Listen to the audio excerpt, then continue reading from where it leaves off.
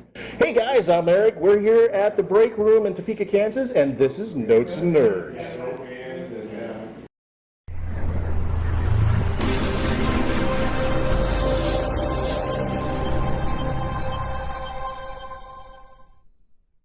So we're here at Slash and Bash, celebrating indie films, short films, and feature length, and I have a special guest here. Gentlemen, please introduce yourselves. Gary Piland with Roaring Rat Films. Joe Gibson. I'm one of his best boys on Roaring Rat Films. Yeah. That is such an awesome term. It is. Best boy is funny. I have no idea. Do you have any idea where that came from, by the way? I should look it up. But I think it was a term they used back in the day to say that guy could do anything. Okay. Which is true. So you're the man of many hats, essentially. Try to fill in where people need to fill in. Oh, our production guy said, if we do a production, he's not doing it without Joe. Period. That's it. He wants Joe. He's indispensable. That's it.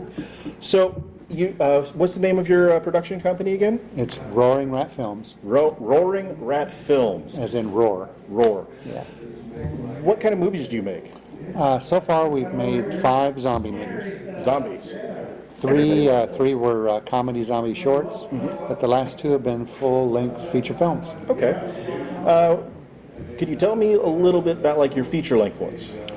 Last 2 we did one 2015 that was Zombie Beauty Pageant. Takes place in 2027, 10 years from now, and it's after the Z Wars, and the zombies and humans are trying to live together. They signed a peace treaty and everything. Nice. And the other one was Zombie Kansas, which occurred actually in 2017 in August, and it was the beginning of the zombie apocalypse. So it's a prequel. Exactly. Okay. And next we're going to do the sequel to the prequel. Okay. So somewhere within that 10 years. Well, it's going to be shortly after Zombie Kansas. Zombie Kansas was the first zombie, and then it started from there. And then Blackstone, which is our next film, is after it started to build, and it's the early days of the apocalypse and how people are trying to cope with the new reality. Okay, and then I'm going to guess you're going to do another one after that. It's going to it's hard to say. It's hard to say. You know, we've got a kind of a world we've come up with here that we like, but we have some other films we want to do too. Oh, of course.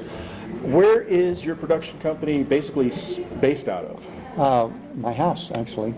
It's just me, and but I have a lot of people who volunteer and help me work. Dan Maurer with Click Creative Studios is my cinematographer, and Joe, and I've got a huge list of people. Brenda Blackman's always my production manager. She helps me organize all the actors and get all that done. And we use almost exclusively actors from Topeka Civic Theater.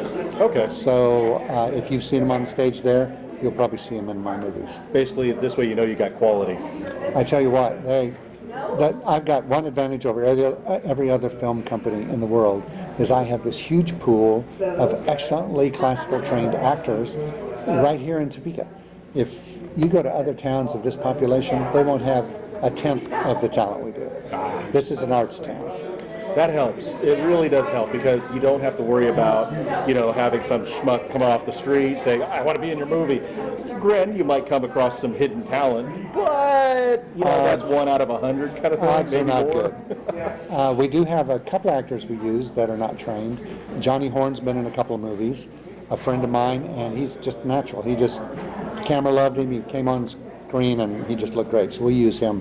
He'll be in Blackstone. He was in Zombie Beauty Pageant. And he was also in Zombie Tattoo Parlor, and also in Zombie Laundry. So basically, he's not going to die anytime soon in one of your films. No, spoiler. I can't tell you that, but Zombie Beauty Pageant might have been the last time you see his character. You have to watch to find out. Yes. I'm going to have to watch to find out. So, how much do you put into these films? I mean, do you do like Kickstarter, Indiegogo stuff, or is it one of those things like, hey, I got some extra money today, we're making movies? Well, since it's almost all volunteer, they usually cost me maybe $1,000 or $2,000 to produce. But it's all volunteer actors. Makeup person, we use Nicole Spacek. Aaron McGinnis and Sky Reed have done makeup and hair for us, and they're as good as any studio. So that's been, that saves a fortune. Oh, I bet. And of course the production crew, Dan volunteers his time, just give him credit in the movie. We did do an Indiegogo campaign because we were trying to get our last 2 movies on iTunes and on Amazon. And right now, Zombie Kansas has been pre-approved. They're getting ready to submit it to iTunes. So you'll be able to rent it pretty soon, we hope. That'll be nice. Assuming they don't look at it and go, yuck, I don't want that. But Well, there's such a community for independently made films because we all know that the big ones tend to they fall into the tropes.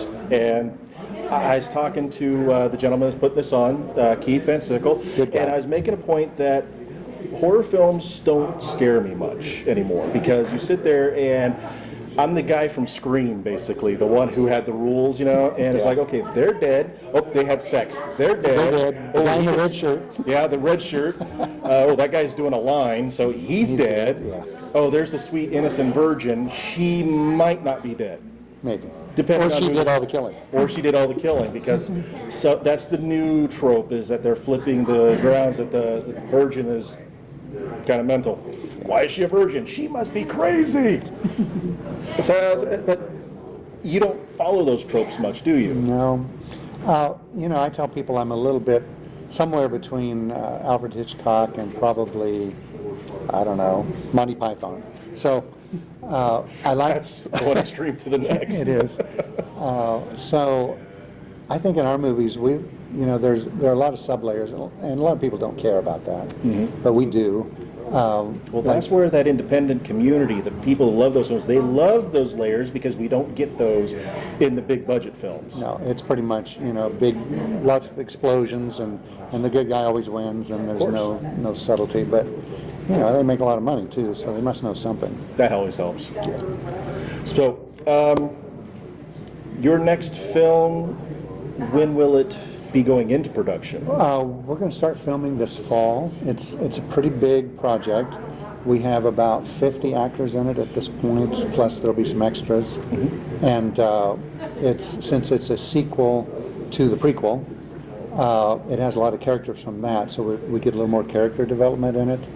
And I'm really excited. It's called Blackstone, and it's about a radio preacher who gets infected and decides, well, God must want everybody to be infected. So he makes it his mission to get all his followers to go out and convert everybody over to his side. So it's kind of fun. Sounds like the preacher at the end of the Blob remake. Oh, I don't think I recall that. Yeah. He found a little piece of a crystallized version of the Blob from the freezer scene and goes in to do his tent things and trying to make people worship the Blob, essentially. That was such a great ending. Such a great ending. That is a nice touch. I like it. Okay, so where can people find the production company online so they can keep track and follow what you guys are doing? Well, it's roaringratfilms.com or zombiekansas.com or zombiebeautypageant.com. We also have a Facebook page, that's Roaring Rat Films, just facebook.com/roaringratfilms. And we have our Indiegogo campaign, so we're connected with people there. And we're also now going through a company called Distributor. That's going to help us get on iTunes and Amazon. Okay. And we have, I guess, just a lot of friends who help us spread the word. That always helps. RoaringRatFilms.com. You find the links up here on Facebook or down here on YouTube, so you can follow them and all that good stuff. So with that, I thank you guys very much for being here with me on Notes and Nerves, and I hope you guys have fun here with Slash and Bash. Remember, guys, follow their stuff, check all those links out, get into their stuff, because independent film is still where it's at. They're a lot of fun, and it's so exciting to watch these films, because honestly, you're always going to find something fresh, new, that hasn't been tested yet, because these guys are the real innovators. So please, remember also, support Notes and Nerds by going to the links wherever they're at. Go to facebook.com/notesandnerds, Twitter, Instagram, all that. And also at www.notesandnerds.com. And help support us a little bit by going to patreon.com/notesandnerds. Where you can give a little, you get a lot back. So with that, guys, we'll catch you on the flip side.